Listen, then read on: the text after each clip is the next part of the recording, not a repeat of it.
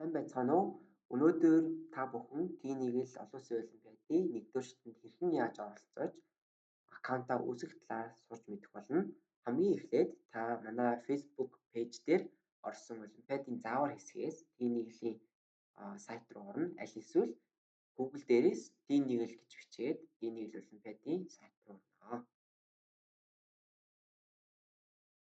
За, олимпиадынхаа вебсайт руу орсны дараагаар дэлгэцнийх нь доод хэсэгт яг sign up-ын доор don't have an account гэдэг хэсэг буюу аккаунтгүй гэдэг хэсгийг сонгоод хамгийн эхлээд first name гэдэг хэсэгтэр оролцогч өөрийнхөө нэрийг латинаар бичнэ. Дараа нь last name гэдэг хэсэгтэр оролцогч өөрийнхөө овгийг латинаар бичнэ. Үүний доор нь date of birth буюу төрсөн өдрөө, сар, өдөр, жил гэсэн дараалал оруулна.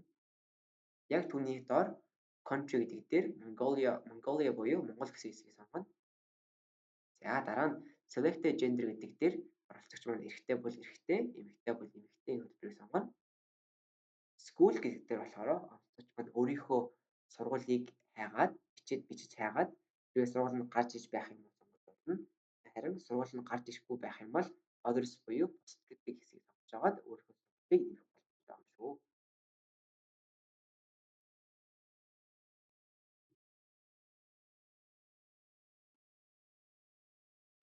За, selected teacher гэдэг хэсэг бол нэг их чухал биш.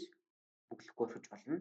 Үүний доор email гэдэг дээр болохоор оролцогч өөрийнхөө хувийн ажилдаг багтаамжинд дүүрээгүй email-ийг бичнэ. Яг үүний доор нь password буюу одоо ингээд энэ T1 олимпиадынхаа вебсайтн дээр ашиглах аккаунтынхаа дахин давтагдашгүй нууцыг оролцогч өөрөөр гинэ гэсэн. Нууцыг мартаж болохгүй учраас оролцогч маань сайн тэмдэглэж авах юм шүү. За, sign up гэдэг саний цэгэр товчийг дарангуут олимпиадынх нь нүр утас гарч ирнэ. Үүн дээр зүүн дээд хэсэгтэр events гэсэн хэсэг байгаа. Events гэсэн хэсэг дээр хамгийн дээдлэлт нь T1 online event registration гэсэн байгаа. Түүн дээр дарангуут T1 одоо олон улсын олимпиадын 1-р шатынх нь болох өдрүүд гарч ирнэ. Үүн дээр та өөрийнхөө тохирсон өдөр сарыг сонгоод баруун дээд болонд байгаа хар өнгийн backgroundтэй registration сонгоно. Дараа нь confirm дараад өөрийнхөө мэдээлэлүүд үзэн үсгийг шалгаад go to payment хэсэг очно. За, энэ хэсэгтэр болохоор оролцогч маань phone хэсэгтэр өөрийнхөө утасны дугаарыг бичнэ. 1976 гэж аваад company name болон VAT гэсэн доотлын хоёр хэсэг бол бүлэх шаардлагагүй. Street number, apartment гэсэн хэсэгтэр бол оролцогчийн гэрээ асууж байгаа. Гэхдээ энэ дэр бүлэхгүй байсан ч болно. City дээр бол ойлгомжтой. Оролцож байгаа хотоо бичнэ. Тэгээд save хайж байна. За, дараа нь баруун хэсгийг харах юм бол discount гэсэн хэсэг байгаа. Уг нь бол 22 паунд манай оролцож гэхдээ нийгмийн хариуцлага үед энэ нэг л маань муу явж байгаа учраас аз бүгд гэсэн кодыг apply хийгээд доотлих нь I agree to terms and conditions гэдэг хэсгийг сонгоно. Тэгээд confirm order буюу баталгаажуулах гэсэн хэсгийг харна.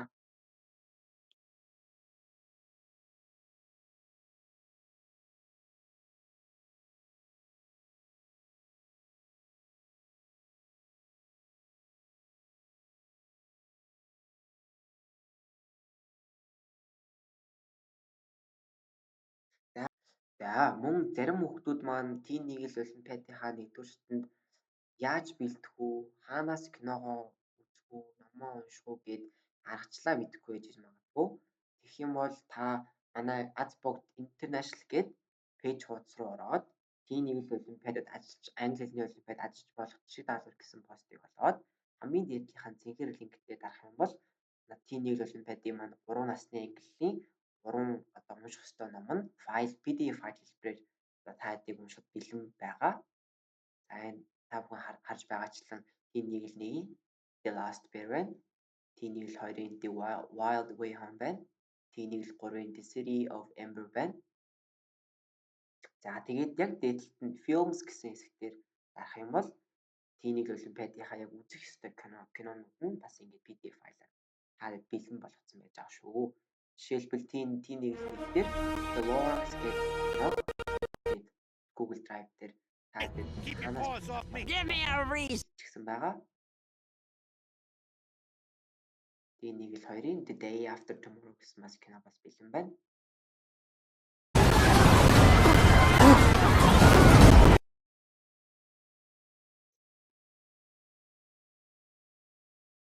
Hidden Figures гэдэг гихмитчлэн бүх одоо унших ёстой кино, унших ёстой ном, үзэх ёстой кино Glenn's бүх launch, Netflix-ээс NASA's бас ингээд dissolving the бэлэн байгаа computing шүү. groups. Гэж зориулдаг.